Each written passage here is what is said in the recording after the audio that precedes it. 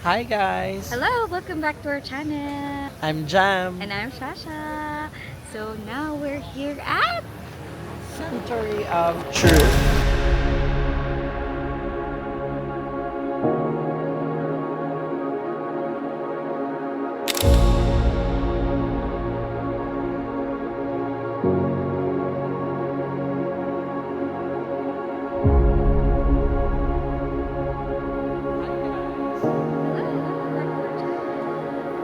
I'm Jam. So, andito kami ngayon sa Sanctuary of Truth. Hanapin namin yung katotohanan. Baka yung bakit ba? mga Yung mga- bagay-bagay na Oo, na magpapabago sa atin sa mga mga ano natin, mga insights natin sa life, mga Oo. opinion natin kasi about life. parang napaka-dirty na ng mga pag-iisip. Lalo Kailangan na tong namin kasama i-cleanse. ko. Kailangan namin ng malakas ang cleansing. Re-refresh namin yung mind namin. Oh, di na kasi kaya ng asin lang. So, eto na talaga pang malakasan. So, andito kami ngayon. Sabayan nyo kami mag 8-8. Hindi spaghetti. So, Tara, let's go! Kaya nasabi daw. Oh, we already got our wristband. Kaya ready na kami. Na-claim na namin yung tickets. So, magkano yung bayad ng ticket? So, kung dito kayo bibili sa mismong nung sa Sanctuary of Truth is 500 baht for adult. Then 250 I think kapag bata. Pero kapag isip bata ka naman, pero adult ka pa rin. Adult ka pa rin. Kaya Adult huwag kang rate pa rin. Adult rate pa rin yung babayaran. Oo. Ganun siya. So pero yung sa amin nakuha namin siya sa trip. So nabayaran namin is only 813 compare sa Klook na 839. O diba? So nakamura ka ng at least konti-konti naman. May pamasahe ka pa. May papamasahe ka pa. Pwede pa din. May pangsakay ka pa ng horse dito. Kasi meron silang mga horse dito. Look. Lala. May mga pinagdadaanan siguro yun, no? Or I don't know lang. But parang ano niya. Okay na siya.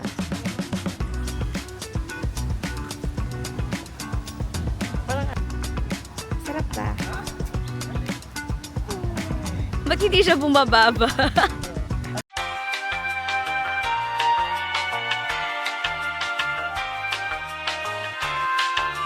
Sa entrance, maglakad kayo.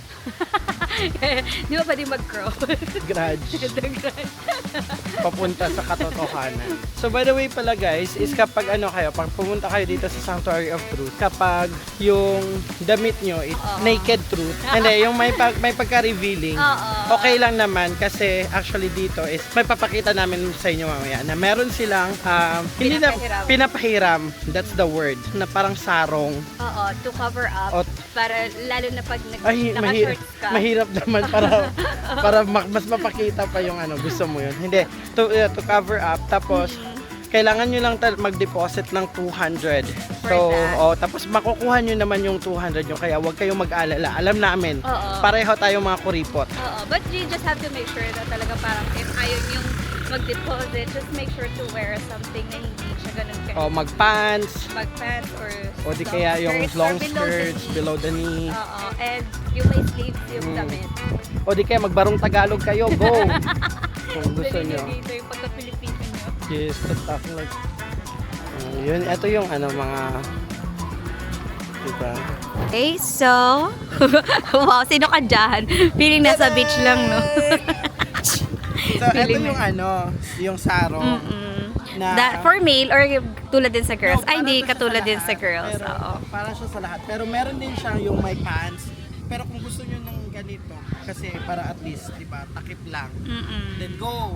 Parang nagbabanyo ka lang, no? Or parang nasa Boracay ka lang. Pag ganyan-ganyan ka. Ano siyang itali. Paano yung tali? Pero hindi to ganito ha. Feeling nasa Bora lang eh. Feeling nasa Bora lang. So yung ganun.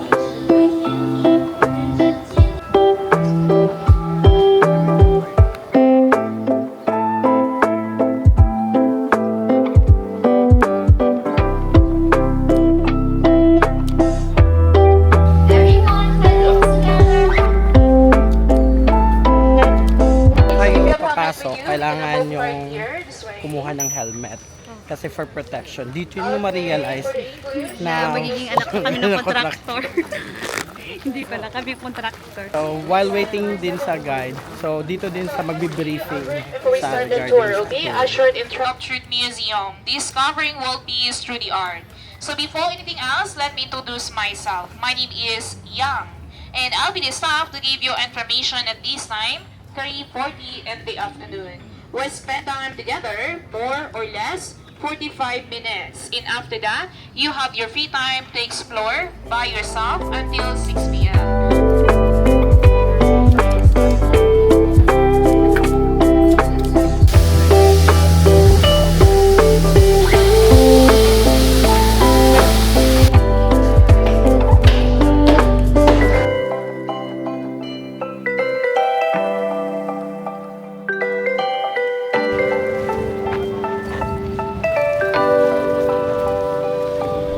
So, andito na kami sa loob. So, yun. Sa likuran namin, yan yung Sanctuary of Truth Museum. Tapos, eto pa ha, wala tong nail or pako na ginamit nila to build this museum. So all of them were purely made of wood and talagang pinagtatagpi-tagpi lang yun without any nail para maging compact siya. And that's how they made it. So we'll see the details Maganda later. siya pala kapag hapon ka pumunta dito kasi at least breezy.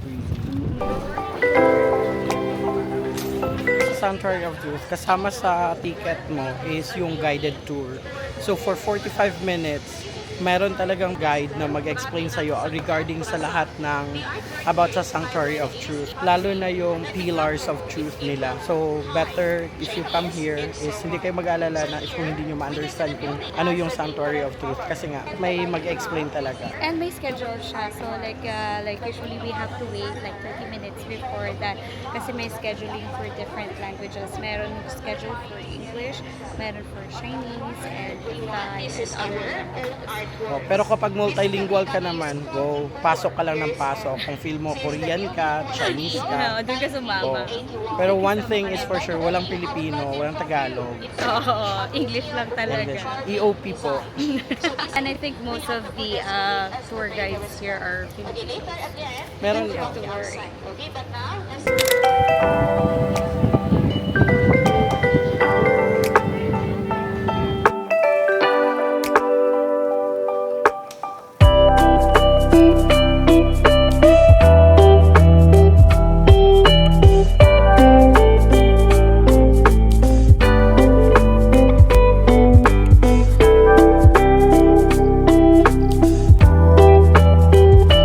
So here sa Sanctuary of Truth, kailangan nyo talaga na magsuot ng helmet kasi for Yes, protection, for safety. Kasi katulad nito is nagko-construct na naman sila ulit. So it's better na, alam mo na, Suot dito for safety na lang din. For nothing bad to happen.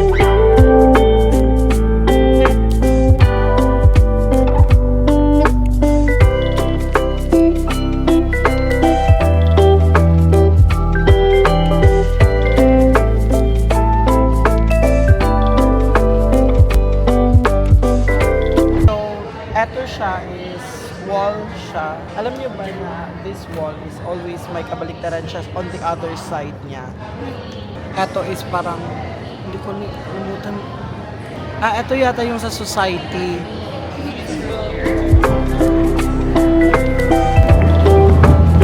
This part, ito yung magandang part dito sa Sanctuary of Truth na may sea view. So kapag ito yung mga mostly na nakikita nyo sa mga photos.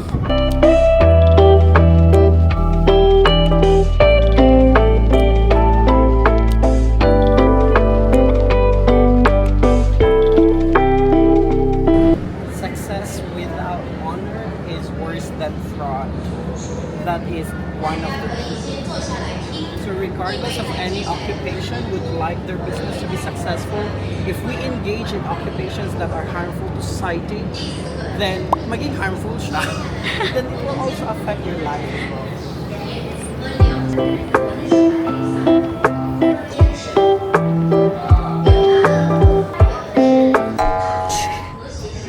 Mayroon talaga picture, so bawal muna tayo makikiano maging photobomber. Meron din dito. 清产，得当自然被破坏时，象征热情。During his father, transition baby, Ano masasabi mo? It was really good. Very touching siya sa soul. Even though like hindi ako mostly nakasama sa tour, but then it was really enlightening about life. Marami ka talagang malillearn dito about Actually, dito, yung sa Sanctuary of Truth, alam mo ba na every wall, meron siyang yung mga parang salawitain regarding about the truth, like, yung parang about how to live, like, live na like, yung parang, to live life. to live life na hindi ka makakasama sa ibang tao. Oo. So it depends like din like on how you take it depending on your moral or integrities or beliefs in life. Parang Parang nag-iiba diba? tayo. Parang ang deep natin for today. Pero yun nga, like yeah, that's the purpose of Sanctuary of Truth. Yun talaga yung may import na lesson sa'yo dito. Tapos napaka-peaceful niya din, tapos yung vibe, Very peaceful talaga. diba? And it so happen na medyo maganda yung weather for today. Hindi siya gaanong mainit. Tapos mahangin siya. So it's really nice. Dito sa Sanctuary of Truth, maraming mga Pinoy dito na guide. So, since alam mo nga, being Pinoy, we speak fluently in English. Proud Pinoy. And proud Pinoy. Kaya talagang naging tour guide sila dito. Patok sila ng mga tour guide dito. Magaling sila mag-English. and modeling for all people.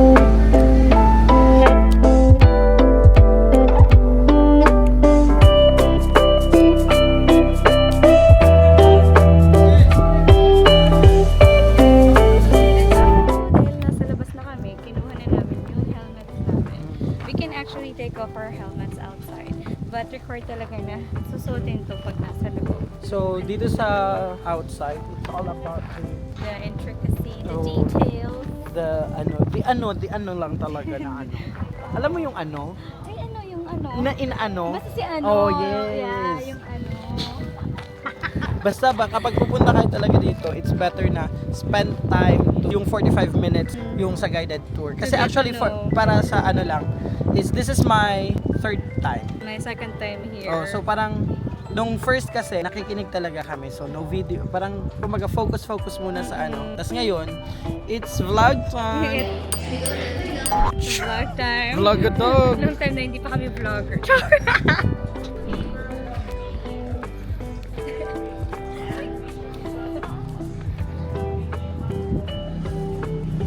Ganda ng view dito, no? Oo, super. So Andito kami sa breathtaking. labas, tapos ganito yung view. I don't think the videos and pictures like ano talaga could give justice at how beautiful it is in real life. It's so freaking beautiful. Talagang, kapag pupunta kayo ng Thailand, take time to go here in Pattaya, tapos visit this one. Yes, it's Kasi really sobrang nice. ganda niya. Yeah, it's and not only the view, but parang may makukuha ka talagang lessons dito. Like about life, spiritual. Mm. So, dapat ano na tayo, yung vlog na to, it's just travel. Just travel.